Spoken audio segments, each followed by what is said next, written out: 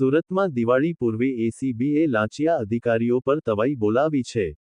આ ઝુંબેશ હેઠળ એસીબીએ સબ રજિસ્ટ્રારને 2.5 લાખની લાંચ લેતા રંગેહાથ ઝડપી પાડ્યો છે।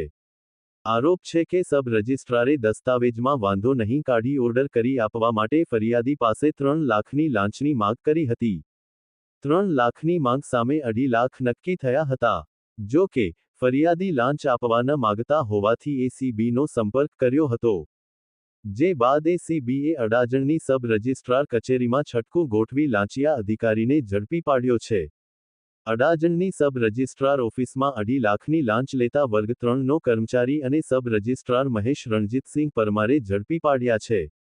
આરોપ છે કે સબ રજિસ્ટ્રાર મહેશ પરમારે ફરિયાદીના સંબંધીને ખેતીની જમીન ખરીદવાની હોવાથી દસ્તાવેજમાં વાંધો નહીં કાઢી ઓર્ડર કરી આપવા માટે 3 લાખની લાંચ માગી હતી। 3 લાખની લાંચ સામે 2.5 લાખમાં સમાધાન થયું હતું। જો કે, ફરિયાદી લાંચ આપવા ન માગતા હોવાથી એસીબીનો સંપર્ક કર્યો હતો।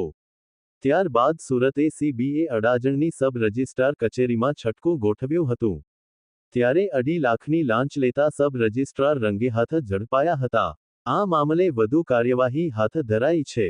જો કે, આ ઘટના સુરતના રજિસ્ટ્રી ઓફિસમાં ભ્રષ્ટાચારની ગંભીર તસવીર રજૂ કરે છે।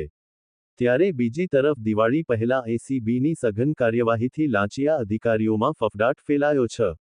કર્તવ્ય ગુજરાત ન્યૂઝ।